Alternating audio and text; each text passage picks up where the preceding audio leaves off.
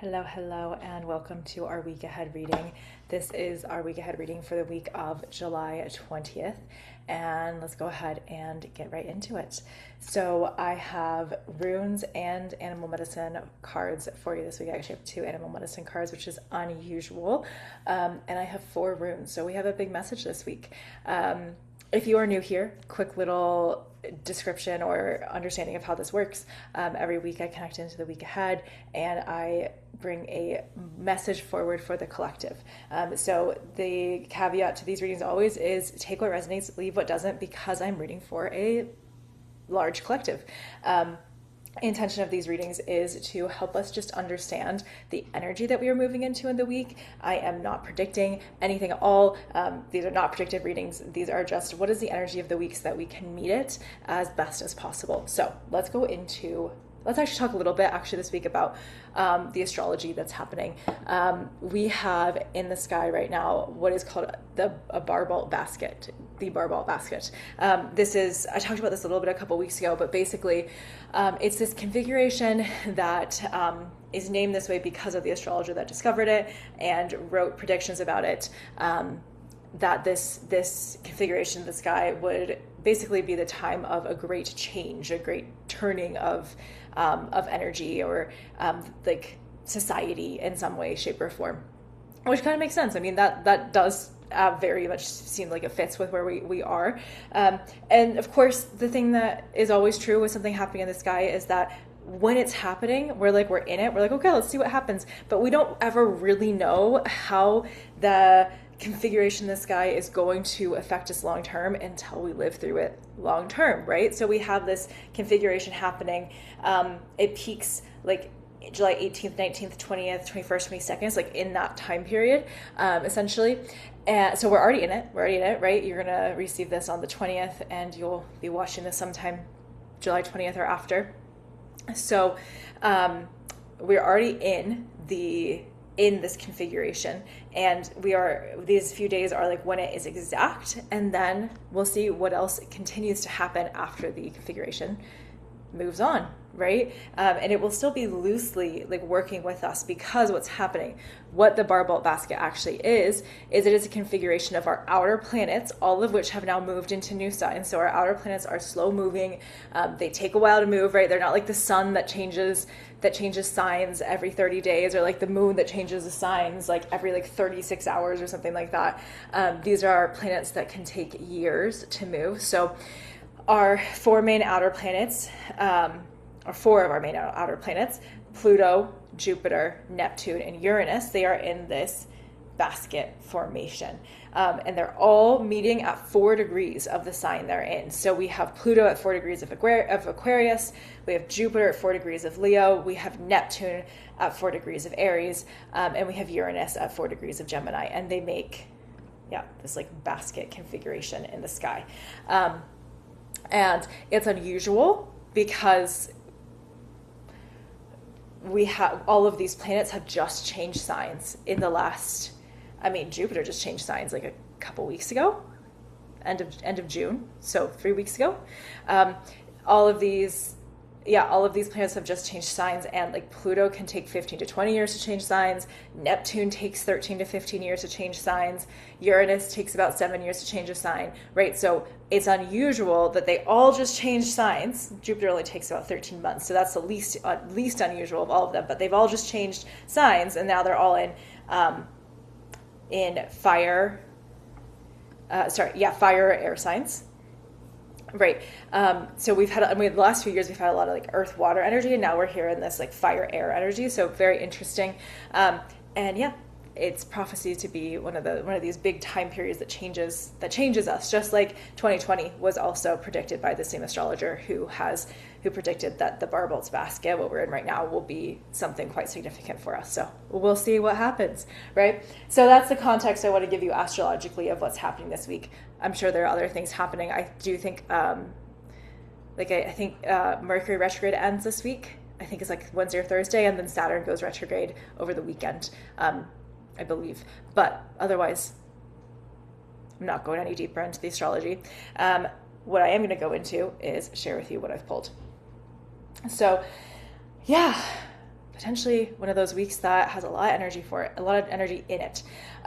So the first rune, we have an upside down Wunzhou. This rune has been present a lot the last few months. It's been going upside down, right side up, upside down, right side up. It's upside down again. This is the rune of identity, of who you are, how you're showing yourself to the world. Upside down, it's like there's an identity that's dropping. So we've had a lot of this lately. Identity dropping, new identity forming, identity dropping, new one forming. So we're back at dropping some kind of old identity, or maybe you've dropped an old identity and you're just integrating it this week, okay? But we have something there with identity, leaving something behind, and making way always for the new, because all the other runes are right side up. So then we have Ansus, intuition, knowledge, wisdom, right? So Ansus is asking us to pay attention to our intuition, to pay attention to our inner wisdom, and also to source knowledge that we don't have. There is an element to this rune that's like, I don't know this, let me go figure it out. So yeah, there's this element of intuition, wisdom, knowledge. Then we have Tiwaz, forward action, but just balanced forward action, right? Not wild, reckless, abandoned forward action. This is just forward action, but be balanced with it, right? Why are you doing it? Why are you taking that action? What is it going to do to, like, how is that action supportive? Consider those things and then take your forward action. Okay, and then we have Jera, harvest. We had Jera last week, so we're still in harvest season, right? We are starting to harvest things, and harvest season is ongoing, right? Harvest season it's not just 1 week, it's not just one day, it's like months, right? Or weeks. And I'm saying, I think it's going to be months of harvesting, slow, steady harvesting. Probably my intuitive feeling is like now through September, we are in a harvest period, and we'll see how that of course plays out. But yeah, we still are in harvest. So letting go of some old identity, or integrating the let go of an identity. Continuing to learn to listen to ourselves deeper, and to remember, I don't know everything, let me source what I don't know from a trusted place if I need to, if I don't know something and I need an answer. Forward action, do the thing, but I'm not doing it all willy-nilly. I am being not cautious, but very conscious, very discerning of why am I doing this? What is the reason I'm taking this action? How does it support me? But also, how does it support maybe the world around me in whatever way that is possible? Obviously, some actions are more really specifically about us, but like if I'm taking an action, to example, I don't know, say something to somebody, or like put something out online, right? Okay, why am I taking that action? Is it just for me, or am I hoping to, share something, maybe share wisdom or knowledge that will support other people? What is my reason for it? And is it helpful? Is it loving? Is it supportive? That's the just balance aspect of Tiwaz. And then again, harvest. Continuing to see what is reaping, what is being reaped, what you have sown that is starting to reap the benefits of what you've sown, right? Continuing to just allow harvest to come towards you. But harvest comes also with action. So it's interesting that these two come together. So it's like, it feels like there's a bit of a caveat here. Like it's harvest season is beginning, but also you got to still keep taking action, right? I mean, think about like harvesting actual food, right? You don't just like look at it and be like, oh, it's harvest season, come home, right? Like you have to go do the work. It's a hard season, right? It's exhausting. And so it's not just like, it's not intangible. It is, yes, it's harvest season, but you've got to also do the work for the things that want to be harvested to come to you, for them to actually come to you, right? Then we've got 2 animal cards. I don't know that I've pulled 2 animal cards in a very long time. Our first one is Weasel. Weasel is the energy of stealth and observation. So let's come back to Ansus. Ansus as a rune is wisdom, intuition, knowledge. There's also this like observation, discernment energy that I often feel and read with Ansus. And when Weasel came out, I was like, oh, okay, well, there's a connection to Ansus here. Weasel is like, can you move undetected when you need to, right? Having the skill of being stealthy when you need to just move and do your own thing, right? Like stealth isn't a bad thing. when it's being used to just be undetected because I just need some time to myself, right? Or I want to move undetected and create this thing before I tell a lot of people about it because I just want to keep it to myself right now. Like that's the kind of stuff we're talking about here, right?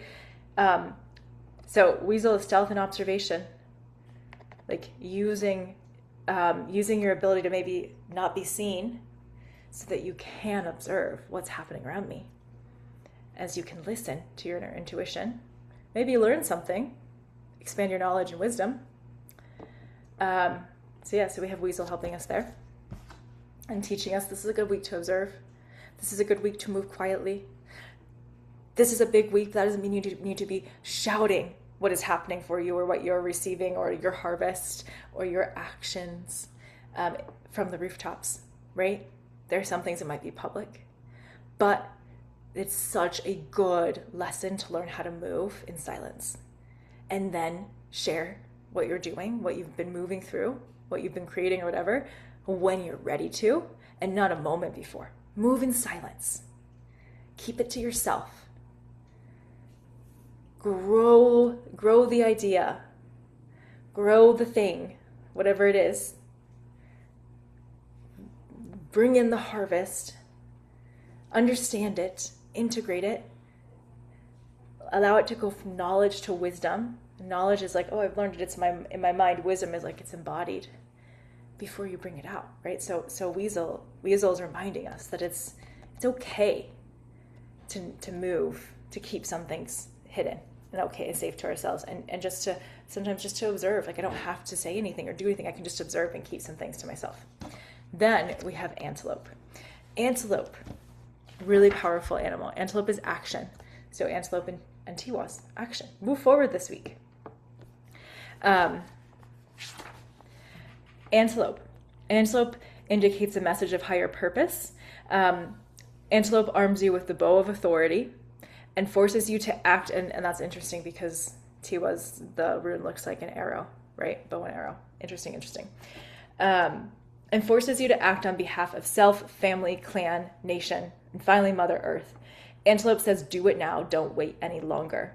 Antelope knows the way, and so do you. Take courage and leap. Your sense of timing is perfect. So again, it is action. Like, and here's the arrow part of Tiwaz. It's like, let's aim what we're doing and take the action that is headed in the direction I actually want to go, right? When Antelope has bounded into your cards, the time is now. The power is you. Antelope medicine can also show up if you feel stymied, balled up, twisted in knots.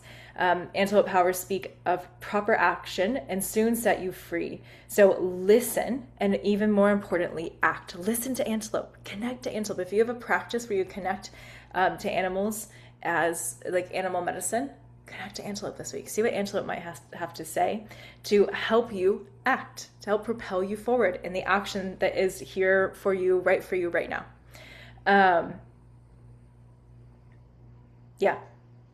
Antelope can also be a message to say what needs to be said. So if there's something that needs to be said, Antelope could be saying, say what needs to be said, and move forward and take the actions that need to be taken.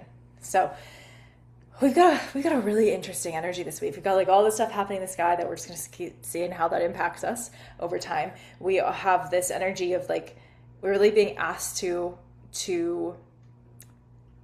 decide, to find the balance between observing and action and taking action, and what is kept to ourselves and what is action that we bring out into the greater collective, and how do we find that balance. And that balance will look different for each of us, but part of finding that balance, I think, leads us to the harvest that is ongoing. The harvest that there's so much on offer to us right now. Our job is to meet it and to keep meeting it, so that we can keep receiving that harvest, whatever it is, over the next few weeks or months. So there's our reading for the week ahead. That's our reading for the week of July 20th.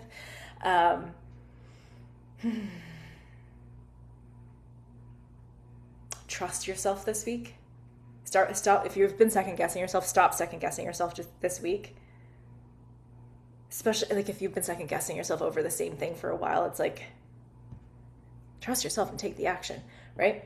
You already know.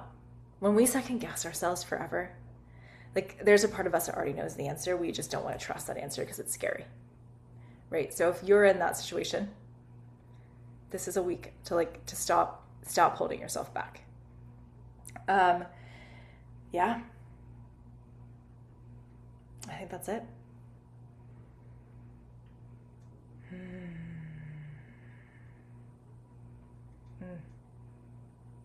I'm also hearing like go and prosper this week. So there's this beautiful prosperity energy this week. So beautiful. Stay connected to that. All right. And so to close, to round out today's reading, I want to share something with you and invite you into something. So I have a course. It's called the Elemental Embodiment Journey. It is a course that I created several years ago, actually, and have been revisiting myself and have decided to re-release. And so I will have a link actually, so you can join the course if you would like to in the show notes here. But the reason I'm re-releasing it is because the Elemental Embodiment Journey is a journey that brings you it's a course that brings the journey of connecting to each of our four main elements: earth, air, fire, and water. And you may ask, why do I not have an element there for spirit? Because spirit is connected into all of those. To me, if we're connecting into earth, water, air, and fire, we're also by default connecting into spirit, because spirit is in everything. And then the journey ends with a module about learning to embody the storm, where all of the elements come together and wake up your life force, creative, and sexual energy, because your life force, creative, sexual energy, they're really all the same thing. And that is what opens up and what turns on when we're truly embodied in our physical form and anchored here into our life on earth. So the Elemental Embodiment Journey is about bringing you home to your body, home to your creative life force, sexual energy, and home to the earth through bringing you into relationship with the elements. So I am re-releasing it. If you have never joined this before, then this is your time. Come join the course. It is lifetime access when you sign up. And right now, as I'm re-releasing it, I am offering it for $27, which is the lowest I've ever offered it for before, but it feels really timely actually to bring it out right now, because we are in the summer season. So like everything is in abundance, at least in the Northern Hemisphere. We're in summer, everything's in abundance.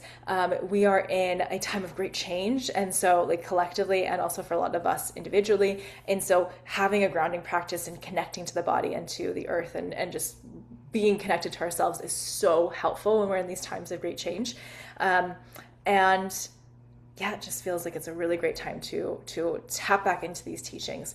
So if you want to join, if you want to take a look at it, go ahead and go to the show notes and you will see the link there to check out the course. And the intro video is free, so you can watch it and just get a little more of a feeling for what the course is like before you sign up. Would love to see you in there. And if you have already done this before, then make you go back to your course. You should still have access to it in your Thinkific library, which is where I host all my my courses. So if you join it now, you'll be joining it on Thinkific as well. So if you already have the course, maybe you go back and you go back through it. If it's been a while since you visited, I just went back through it myself, and it's like, oh, this felt really, really good to connect back in and receive the transmissions and really connect back into the elements in a really, really conscious way. So yeah, hoping that you come on over and join me and in the Elemental Embodiment Journey, and take some time this summer to come into a deeper level of relationship with your body, with the earth, and with the elements. Okay? Thank you as always for joining me for these week ahead readings, and I will see you next week.